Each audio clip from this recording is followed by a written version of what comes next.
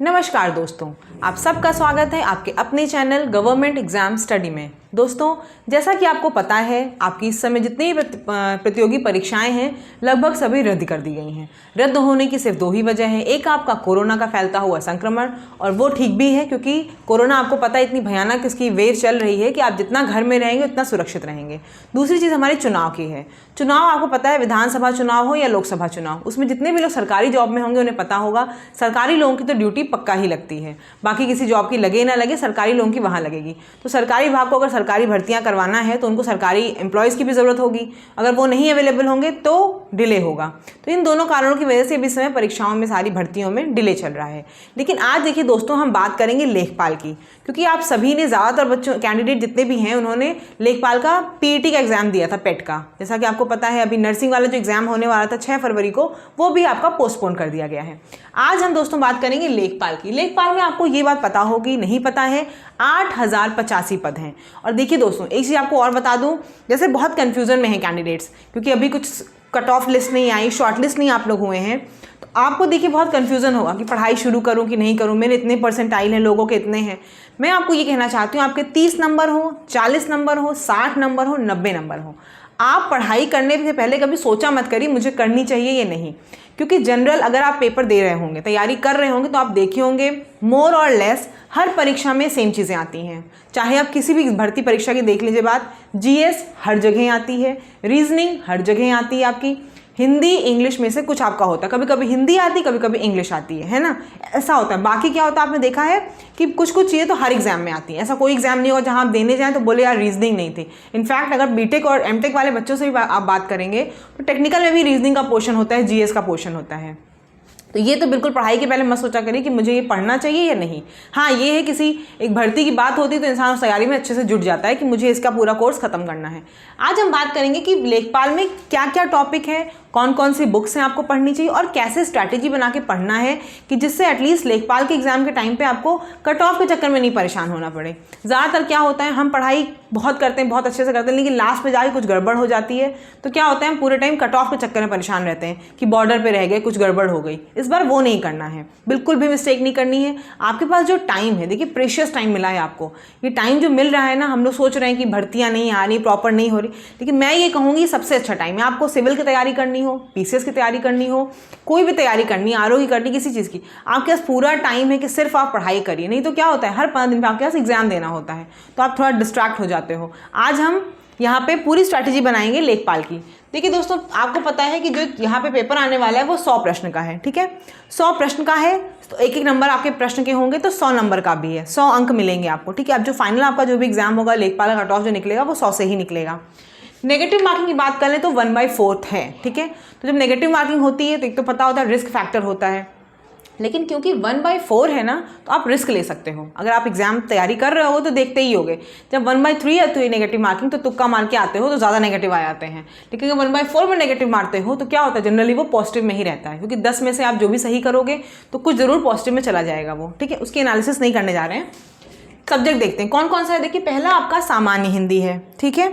सामान्य हिंदी का देखिए जो पूरा सिलेबस है, इन्होंने बहुत अच्छा एक काम ये किया है लेखपाल भर्ती में, एकदम प्रिसाइज सिलेबस। समास है, संधि है, वाक्य विलोम आपके हैं, वाक्य वर्तनी है, शुद्ध अशुद्ध है, ये पूरा टॉपिक दिया हुआ है। तो आपको पहला काम क्या करना है, सिलेबस उठाइए। किसी भी परीक्षा की तैयारी करिए, आप किसी की भी बात भी सुनेंगे, किसी भी कैंडिडेट की बात, किसी भी जो सक्सेसफुल है उनसे ही बात करेंगे, वो एक ही चीज़ कहेगा, सिलेबस ज़रूर होना चाहिए आपके पास, क्योंकि आप अंत में सिलेबस आपको पता रहेगा कि अच्छा मैंने ये चीज़ें कवर कर ली और ये चीज़ें रह गई हैं अभी, ठीक है। तो सिलेबस पहले निकाल लीजिएगा। अगर नहीं है आपके पास तो अभी इस वीडियो के नीचे डिस्क्रिप्शन लिंक होगा, वहाँ पे टेलीग्राम का भी लिंक होगा मेरे चैनल का, आप वहाँ पे जाके देख लेंगे, सिलेबस आपको दिख जाएगा, ठीक है। नहीं तो मैं यहाँ पे भी PDF अपलोड कर देती हूँ लिंक के नीचे ही। तो आपका हिंदी है, हिंदी में पूरा सिलेबस है। पहले आप सिलेबस देखेंगे कि क्या है, क्या चीज़ आनी है, वो आप सारे लिखेंगे। हो सकता है आप तैयारी काफ़ी टाइम से करो तो आपकी हिंदी प्रिपेयर भी हो। अभी ऐसे यूपी पीसीएस की समीक्षा अधिकारी होती है, या आपने अभी हाईकोर्ट की भी अधिकारी वाले एग्जाम दिए होंगे, उन सब में क्या है, हिंदी आया था। तो अगर आपकी वो तैयारी होगी तो कई टॉपिक तो कॉमन होते हैं, वो आपको आते होंगे, तत्सम तद्भव वगैरह है, ये सब आपको पता भी होगा। जो टॉपिक नहीं पता है आपको क्या करना है, फिर सिर्फ उनको पढ़ना है। पहले देखिए, पढ़ लीजिए, कॉन्सेप्ट क्लियर कर लीजिए कि क्या होता है समास, क्या है संधि, क्या चीज़ तत्सम तद्भव है, कौन से जो इंपॉर्टेंट आते हैं। उसके बाद आते हैं बुक्स पे। बुक्स आपके पास हो सकता है और हो सकता है ना भी हो। देखिए कौन कौन सी बुक आपको मैं बोल रही हूँ हिंदी के लिए। ये PN पांडे है आपकी, ये आपकी आदित्य पब्लिकेशन की एक बुक आती है, ठीक है। PN पांडे इसलिए बोल रही हूँ क्योंकि ये मेन उसके लिए, देखिए बुक भी दिखा दूँ आपको, ये है, ये देखिए PN पांडे की बुक है, ठीक है। दिखने में हो सकता है मोटी, बहुत से बच्चों को आदत होती है कि पतली ही बुक से जल्दी से पढ़ाई कर लेंगे, लेकिन मैं कहूँगी कि आप एक बार PN पांडे ज़रूर पढ़ लीजिए। इसमें पूरा कॉन्सेप्ट में छोटा आ, बड़ा आ, छोटी ई, बड़ी, इस टाइप से पूरा लिखा हुआ है, तो आपको पूरा दिख जाएगा अच्छे से, और आपको पढ़ेंगे ना तो आपको अच्छा भी लगेगा। मुहावरे, लोकोक्तियाँ सब दी हुई हैं, उदाहरण के साथ दी हुई है। तो मैं बोलूँगी एक बार इस बुक को आप ज़रूर पढ़ लीजिए, ठीक है। उसके देखिए आपकी ये दूसरी बुक है, आदित्य पब्लिकेशन की बुक है। इसमें क्या है, प्रैक्टिस सेट बहुत अच्छे दिए हुए हैं, मतलब प्रैक्टिस करने के लिए काफ़ी क्वेश्चंस हैं। तो वैसे उस बुक से पढ़े आप, उसका प्रैक्टिस इससे कर लीजिए। और इसमें क्या है, यूपी PCS के आए हुए क्वेश्चंस, यूपी SSC के आए हुए क्वेश्चन, राजस्थान में आए हुए क्वेश्चन, सारे क्वेश्चन इसमें हैं। तो देखिए पढ़ने के बाद प्रैक्टिस करना तो बहुत ज़रूरी है किसी भी टॉपिक की, नहीं तो आपको कन्फ्यूज़न रह जाती है। तो इसलिए कहूँगी ये भी आप एक देख लीजिएगा, अगर आपके पास है तो बहुत अच्छा है, नहीं है तो इस बुक को भी आप ले सकते हैं। बाकी देखिए ये एक स्टैंडर्ड बुक एक और है हिंदी की, जैसे पृथ्वीनाथ पांडे है, वैसे ही आपकी ये हरदेव बहरी की आती है। ये बुक भी बहुत स्टैंडर्ड है, बहुत अच्छी है, ठीक है। कई परीक्षाओं में तो आप देखे होंगे, PCS की अगर परीक्षा दी होगी आपने कभी, तो उसमें तो ये दिखता भी होगा आपको कि वहाँ लिखा रहता है कि हरदेव बहरी से ये लिया गया है कथन, है ना। तो ये बहुत माने जाने वो हैं, ये इस बुक को बहुत ऑथेंटिक माना जाता है। और बुक देखिए दोस्तों मार्केट में बहुत हैं, लेकिन आप जो भी बुक लीजिए हमेशा ऑथेंटिक लीजिए। इसीलिए किसी की भी बात सुन लीजिए, जो बात बता रहा है उसको सुन लीजिए कि वो ऑथेंटिक बुक है कि नहीं। ये नहीं पतली बुक ले आए, फिर क्या त्रुटियां बहुत होती हैं उसमें। हिंदी में तो स्पेशली बहुत दिक्कत आती है, अगर आपने गलत बुक से पढ़ लिया, आप एग्जाम में जाओगे आपको पता ही नहीं होगा ये वर्तनी सही है कि वो वाली वर्तनी सही है, और गलत ही मार के आ जाओगे, ठीक है। तो ये 3 बुक आपकी देखिए मैं बता रही हूँ। एक लूसेंट की पतली आती है हिंदी की बुक, आप चाहें तो उसको भी ले सकते हैं, लेकिन एक बार पृथ्वीनाथ पांडे या हरदेव बहरी जो आपकी है, हरदेव बहरी, इन दोनों में से एक बुक जरूर ले लीजिएगा, क्योंकि ये दोनों बहुत स्टैंडर्ड बुक है और बहुत अच्छे से भी लिखा हुआ है। एक बार पढ़ जरूर लीजिएगा अपने टॉपिक्स को। दूसरे पे हम लोग आते हैं, देखिए मैथ्स में। मैथ्स देखिए कितनी है, मैथ्स भी आपकी 25 नंबर की आनी है। ज़्यादातर कैंडिडेट्स को हो सकता है मैथ्स में दिक्कत तो नहीं, कुछ कैंडिडेट्स को मैथ्स तो प्लस पॉइंट लगता है, लेकिन मैं आपसे ये कहूँगी अगर आप तैयारी करने चल रहे हैं तो मैथ्स को अपना किसी परीक्षा के लिए प्लस पॉइंट बनाइए। इसलिए देखिए GS आप रोज़ पढ़ते होंगे कि ये वाला फैक्ट आपका क्विट इंडिया मूवमेंट कब हुआ, या फिर कर्जन ने कौन सा काम किया, सब आप पढ़ते रहते हैं। लेकिन जब एग्जाम में आता है किस ईयर में हुआ, किस चीज़ में हुआ, तो आप में कन्फ्यूजन हो जाती है ना, अगर रिवीजन नहीं करते हैं। लेकिन मैथ्स का बताऊँ मैं, आप किसी बच्चे से पूछ रहे हैं इसकी मैथ्स स्ट्रांग होगी, जिसको कॉन्फिडेंस होगा कि नहीं मेरे मैथ्स में तो नंबर आ जाते हैं, उसको मैथ्स कभी नहीं पढ़नी पड़ती दोबारा। एक बार उसने पढ़ लिया होगा, कॉन्सेप्ट क्लियर हो गया, प्रॉफिट लॉस हो इस चीज़ का, फिर अब एग्जाम में कभी भी जाएगा। हाँ हो सकता है प्रैक्टिस छूटने से थोड़ा डिले हो जाए, क्योंकि प्रैक्टिस छूट जाती है आपकी, तो मल्टीप्लिकेशन इन सब में थोड़ा गड़बड़ हो जाती है। अदरवाइज कॉन्सेप्ट नहीं अगर गड़बड़ है तो उसको बार बार रिविजन नहीं करना पड़ता मैथ्स का, समझ रहे हैं। तो मैथ्स तो मैं कहूँगी अगर नहीं सही है, आपको लगती है वीक है, तो मैथ्स पर ज़रूर ध्यान दीजिए। और जैसे बहुत ज़्यादा आपको कुछ नहीं करना होता मैथ्स में, जो मेन जिस टाइप के क्वेश्चन आते हैं, जैसे प्रॉफिट लॉस किसी भी एग्जाम में आएगा ही कि इसने इतने रुपए में सामान बेचा तो कितने % का वो हुआ, ठीक। वर्क एंड टाइम का एक क्वेश्चन ज़रूर आता है, उसको पढ़ लीजिए। रेशियो एंड प्रपोर्शन के छोटे छोटे क्वेश्चन आते हैं, थोड़े बहुत अलजेब्रा पढ़ लीजिए। इतने में तो आपके मैं बता रही हूँ 20-22 नंबर आराम से आ जाएंगे, ठीक है। इससे यार टॉपिक में तो कुछ होता ही नहीं है। तो इतना अगर जो भी आपके सिलेक्टेड टॉपिक है, और इन्होंने देखिए मैथ्स में भी प्रॉपर टॉपिक्स दिए हुए हैं, पूरा अच्छे से दिया है। बीज गणित में क्या क्या आएगा, रेखा गणित, देखिए रेखा गणित और इन सब में तो अच्छा फॉर्मूला बेस्ड होता है, सिंपल आपको फॉर्मूला पढ़ना होता है, थोड़ा सा कॉन्सेप्ट एनालाइज करना होता है, नो डाउट। आपने कैसे क्या बनाया है, क्या चीज़ कौन बनी है, क्या शंकु है, क्या आपका बेलन है, सब उसकी कौन सी आकृति है, वो तो थोड़ा देखना पड़ता है। लेकिन एक कॉन्सेप्ट अगर आपने बना लिया तो मैथ्स से आसान कोई सब्जेक्ट नहीं है, मतलब ऐसा मुझे लगता है। हो सकता है सबका ओपिनियन अलग होता है, किसी को हिंदी बहुत अच्छी लगती है, हिंदी बहुत स्कोरिंग लगती है, हिंदी होती भी है, लेकिन मैं ये कहूँगी गणित छोड़ के मत जाया करिए, क्योंकि अभी TET का कल परीक्षा हुई थी तो कई कैंडिडेट्स मैथ्स को एकदम छोड़ के जाते हैं कि मतलब गणित पढ़नी ही नहीं, रहने तो बहुत टफ है। और होता क्या है, फिर आसान से आसान क्वेश्चन भी आप नहीं करते हो कि अरे रहने दो गणित का क्वेश्चन है, छोड़ देते हैं, उससे नंबर आपके पीछे हो जाते हैं। तो गणित मैं नहीं कहती कि बिल्कुल नहीं आती तो एकदम इसी पे ध्यान वो कर लीजिए, लेकिन अगर थोड़ी बहुत कमी है आपको लगता है तो इस पर ध्यान जरूर दीजिएगा। स्कोरिंग है, स्कोर कराती मैथ्स अच्छा खासा। नेक्स्ट आता है सामान्य ज्ञान। सामान्य ज्ञान का भी सिलेबस दिया हुआ है, पूरा डिफाइंड इन्होंने कि क्या क्या आना है, भारत का भूगोल। लेकिन मैं इसमें भी ये बताऊंगी कि आप अगर परीक्षाएं दे रहे हैं तो ठीक है, नहीं दे रहे हैं तो किसी के भी गाइडेंस में आप प्रॉपर पहले ये देखिए क्या क्या चीज़ पढ़नी है, क्योंकि सामान्य ज्ञान का सिलेबस इतना नहीं है, इतना है। आपको उसको पढ़ने के लिए आपको पता होना चाहिए कौन सा पर्टिकुलर टॉपिक एग्जाम में हमेशा आता है। जैसे कि आपको पता है कि इंडियन हिस्ट्री जो है वो हमेशा आती है, किसी भी एग्जाम में जाएंगे इंडियन हिस्ट्री बहुत ज़्यादा आती है। इंडियन हिस्ट्री मतलब जो आपकी मॉडर्न वाली है, पूरा गांधीयन एरा वगैरह, वो पूरी आती है, ठीक है। उसके बाद आपका क्या आता है, इंडियन ज्योग्राफी ज़्यादा आती है as compare to world geography के भी। वर्ल्ड ज्योग्राफी में भी कुछ ही चीज़ें आती है, जैसे आपकी ग्रासलैंड कहाँ है, कौन सी आपकी कोल्ड करंट है या फिर वो वाली वार्म करंट है, ठीक है, या फिर कौन सी वैली को क्या बोलते हैं। ऐसे मेन मेन चीज़ें ही आती हैं, बहुत डीप में नहीं आता कि एकदम छोटी छोटी चीज़ें पूछ लें, है ना, बारीक वाली चीज़ें नहीं पूछते, जो मेन वाली चीज़ें वही पूछी जाती हैं आपसे। तो मैं ये कहूँगी कि सामान्य ज्ञान के लिए देखिए बुक, गणित की बुक बताइए आपको, एक है आर.एस. अग्रवाल और एक एस.डी. यादव है, ये ले लीजिए। नहीं तो कोई भी आपकी बुक जहाँ पे आपको कॉन्सेप्ट लगे समझ में आए, मैं तो कह रही होगा 6-7 की बुक आपको समझ में आए कि वहाँ से बैठे कॉन्सेप्ट क्लियर करना, तो वहाँ से कर लीजिए। लेकिन प्रैक्टिस के लिए इन दोनों में से कोई भी बुक आप ले सकते हैं, ठीक है। तीसरी बात हम बता रहे हैं जो सामान्य ज्ञान की, देखिए सामान्य ज्ञान की एक बुक है लूसेंट। ये तो मतलब सबसे अच्छी बुक है। सबसे अच्छी बुक ये है कि मैं इसलिए कहूँगी, इस बुक को अगर आप पूरा पढ़ लेंगे, पूरा पढ़ने का मतलब सिर्फ ऐसे नहीं कि आपने पढ़ लिया, अगर इसकी आपको एक एक चीज़, एक एक बातें समझ में आ गई हैं, तो इसमें आप देखेंगे कि ये जितनी अच्छी बुक है, इतनी अच्छी बुक तो मैंने मतलब कोई नहीं देखी अभी तक। ये सबसे अच्छी बुक है, बेस्ट बुक है। इसलिए हर कोई अगर बोलता है ना कि लूसेंट ले लो, लूसेंट ले लो, तो लेने का मतलब वाकई ये बहुत अच्छी बुक है। मतलब आप एसएससी की तैयारी कर रहे हो, बैंक की करो, किसी भी जगह करेंगे, इसको आपने पढ़ लिया है तो जीएस, तो मैं कहूँगी पीसीएस में भी जीएस इसी लेवल की आती है। इस बार पीसीएस आरओ या फिर पीसीएस का पेपर दिया होगा, छोटी छोटी चीज़ें आई थी, क्रॉपिंग वाला क्वेश्चन आया था, सब्सिडी फार्मिंग आई थी, सब इसी के कॉन्सेप्ट आए थे, छोटी छोटी चीज़ें आई थी, ठीक है। तो आपको लूसेंट अगर नहीं है तो लूसेंट तो ज़रूर ले लीजिए, मैं कहूँगी लूसेंट ज़रूर आप पढ़ लीजिए। और अगर पढ़ ली है तो उसको थरो पढ़िए। थरो मतलब उसकी मतलब एक एक चीज़ें याद भी होनी चाहिए आपको, ठीक है, कि कब कौन सा मूवमेंट हुआ था। देखिए बहुत अच्छे से पूरी चीज़ें दी हुई है, अगर दिख रहा हो आप लोगों को तो पूरा अच्छे से दिया हुआ, कौन सा कैनाल किस जगह पे है, कौन सी लोकेशन है, पूरा प्रोजेक्ट का सब दिया हुआ है, कौन सा किस रिवर पे बना हुआ है, और क्वेश्चन में यही आता है। आपको अगर लगता है कि बहुत टफ है बुक, तो आप मुझे कमेंट सेक्शन में बताइएगा, इस बुक को हम लोग पूरा पढ़ेंगे, ठीक है। स्ट्रैटेजी बना के इस बुक को पूरा पढ़ डालेंगे। अभी टाइम है, तैयारी कर रहे हैं तो अच्छे से करिए, ठीक है। दूसरी बुक देखिए, ये है आपके पास घटना चक्र की। वैसे तो घटना चक्र की बुक आती है, आपको पता है बहुत मोटी मोटी आती हैं। ये एक आई है, पॉइंटर करके आई है। इसमें क्या है, घटना चक्र का आपने पढ़ी होगी, उसमें क्या होता है, एक ही क्वेश्चन जो होता है ना वो 3-4 बार रिपीट होता है। इसमें इन्होंने ये चीज़ हटा दी है, ठीक है। 1 लाइनर में पूरी बुक दी हुई है। देखिए कैसे दी हुई है, इस तरह से सीधे क्वेश्चन है, उसके बाद सीधे उसके आंसर हैं, ठीक है, ऐसे दी हुई है। तो अगर आप घटना चक्र पढ़े हुए तो ठीक है, नहीं पढ़े हुए तो इसको भी आप पढ़ सकते हैं, क्योंकि इसमें सारे इंपॉर्टेंट क्वेश्चन दिए हुए हैं। और इस बुक को और इसलिए क्योंकि आपको पता है कि लेखपाल का एग्जाम है, उत्तर प्रदेश का एग्जाम है, तो क्या होगा, कई चीज़ें आपकी उत्तर प्रदेश से पूछी जाएंगी। यहाँ पे देखिए आपसे पीछे उत्तर प्रदेश के बारे में भी दिया हुआ है कि कौन सा जिला किस चीज़ के लिए फेमस है। ऐसे आता है ना कि कहाँ पे चीनी मिट्टी का काम होता है, कहाँ पे चमड़े का काम होता है, चमड़े का उद्योग कहाँ है, तो ये सब चीज़ आपको पता होनी चाहिए। इसमें लास्ट में पूरा सेक्शन दिया हुआ है। तो अगर आपको घटना चक्र कोई और बुक नहीं है तो ये पॉइंटर ले लीजिएगा, एक बार अपने बुक स्टॉल पे जाइएगा तो वहाँ देख लीजिएगा इसको, एक बुक को। लेकिन ये मैं कहूँगी बहुत अच्छी 1 लाइनर है, आप इसको पढ़ सकते हैं, इसको भी रोज़ स्टार्ट कर दीजिए पढ़ना, ठीक।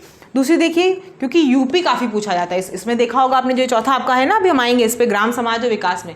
इसमें भी ग्राम समाज और विकास तो काफ़ी कम होता है, इतना ज़्यादा नहीं होता है, ये नया ज़रूर है। लेकिन आप पेपर देखेंगे तो बहुत नॉर्मल चीज़ें पूछते हैं, पंचायत क्या है, खसरा खतौनी, या फिर अपनी पूछते हैं कि लैंड की जो आपका मेजरमेंट का एरिया है कि बिस्वा क्या है, एकड़ क्या है, कितने बीघा कौन से किसके बराबर होता है, गज क्या होता है, ये सब चीज़ें आपको पता होनी चाहिए ग्राम समाज और विकास में। और बाकी उसमें देखिएगा यूपी से जीके के भी क्वेश्चन आते हैं, यूपी जीके का, है ना, कितने पूरे यूपी में कितने गाँव हैं और कितनी पॉपुलेशन है, कितनी पढ़ाई लिखाई है, मतलब लिटरेसी रेट कितना है यूपी का, ये सब भी आता है। तो ये बुक एक है, परीक्षा वाणी की भी है, परीक्षा वाणी की एक बुक है आपके पास, ये यूपी की स्पेशल बुक होती है, ठीक है। ये भी बहुत अच्छी बुक है, ये भी कॉन्सेप्ट के लिए बहुत अच्छी है, ओवरऑल ही बहुत अच्छी है। देखिए जो हम आपको मोटी मोटी बुक दिखा रहे हैं, ये इसलिए नहीं दिखा रहे हैं कि आप सोचिए 2-2.5 महीने में इतनी बुक्स पढ़नी, इसलिए नहीं। 2-2.5 महीने का टाइम है, आपको कॉन्सेप्ट क्लियर कर लेना है। देखिए एक बार आप कॉन्सेप्ट क्लियर कर लेंगे ना तो फिर रटना नहीं पड़ता है। नहीं तो क्या होता है, आपने एक लाइन का क्वेश्चन पढ़ा कि ये उद्योग यहाँ पे है और आप उस जिले के बारे में, उस जिले की कोई चीज़ नहीं पढ़े, तो क्या होता है, रटना हो जाता है। अब मुरादाबाद पता होगा पीतल के लिए फेमस है, ठीक है, वहाँ काम होता है इसका। लेकिन अब अगर आप रटे होंगे, जाने नहीं होंगे, थोड़ा सा उसमें कॉन्सेप्ट अगर नहीं पढ़ेंगे, तो खाली एक लाइन जो होती है ना उसमें कन्फ्यूजन आती है। 4 नाम आ गए, मुजफ्फरनगर, मुरादाबाद, कुछ और, तो आप भूल जाएंगे कि अरे कौन सा मारूं, है ना। एक साधारण सा एक उदाहरण दे रही हूँ, बाकी ऐसा नहीं सब भूल जाते हैं आप लोग बहुत तेज हैं, इतने एग्जाम्स क्वालिफाई कर रहे हैं तो ऐसे ही नहीं कर रहे हैं। लेकिन आपको एक बात बता रही हूँ, तो सामान्य हिंदी समझ में आ गया हमें किससे पढ़ना है, गणित, सामान्य ज्ञान, ग्राम समाज और विकास, ये देखिए सबसे अलग चीज़ है, ये स्पेशली लेखपाल का ही सिलेबस है। बाकी आपने किसी भी परीक्षा में अभी तक इन तीनों को तैयार भी किया होगा, इसको नहीं किया होगा। इसके लिए देखिए 2 बुक्स आई है मार्केट में, एक आपकी अरिहंत की पब्लिकेशन की है और एक अग्रवाल पब्लिकेशन की है। आप इन दोनों में से किसी को भी ले सकते हैं, इन्होंने पूरा सिलेबस कवर किया हुआ है, ठीक है। कौन से जो भी आपके टॉपिक हैं उनमें से क्या क्या चीज़ें पढ़नी है क्या नहीं पढ़नी, पूरा लिखा हुआ इन्होंने है। लेकिन मैं बोलूँगी आप अग्रवाल पब्लिकेशन वाली बुक लीजिएगा, उसमें ज़्यादा अच्छे से दिया हुआ है, टॉपिक वाइज दिया हुआ है, तो ये लीजिएगा। नहीं तो आप अरिहंत भी देख लीजिएगा, कोई इशू नहीं है, दोनों में से आप कोई भी ले सकते हैं, ठीक है। तो ये तो बात हो गई बुक्स की। अब देखिए बुक्स के बाद हम आते हैं किसी भी एग्जाम में सिलेक्शन के लिए पढ़ने से ज़्यादा सबसे ज़रूरी क्या है। देखिए आजकल दोस्तों सबसे ज़्यादा ज़रूरी है हार्ड वर्क के साथ साथ आपका स्मार्ट वर्क, है ना। अब ऐसा नहीं है आप रात दिन बुक पढ़ के पीएचडी कर लीजिए, होता होगा, हर किसी के साथ होता है। जब पढ़ने बैठता है तो सोचता है ये भी पढ़ लें वो भी पढ़ लें, और ऐसा करते करते क्या होता है, बेस तो खूब क्लियर होता है लेकिन एग्जाम में कन्फ्यूजन होती है। क्यों कन्फ्यूजन होती है, उसके 2 कारण हैं। पहला कारण है ये लैक इसका प्रैक्टिस का। अगर आपने एनालाइज किया होगा तो आप देखिएगा कि जिस भी सब्जेक्ट की आप बहुत प्रैक्टिस करके आते हैं, है ना, उसके क्या होते हैं, क्वेश्चन कम गलत होते हैं। इसलिए तो मैं कह रही हूँ गणित जो होती है, जब आप कॉन्सेप्ट समझना स्टार्ट करते हैं तभी इतनी प्रैक्टिस करते हैं उसकी, कि प्रैक्टिस की वजह से गणित में आपको हो जाता है कि अच्छा प्रॉफिट लॉस तो गलत नहीं होगा भाई, अब मेरा चाहे जो हो जाएगा, क्योंकि प्रैक्टिस इतनी आपने की होती है ना।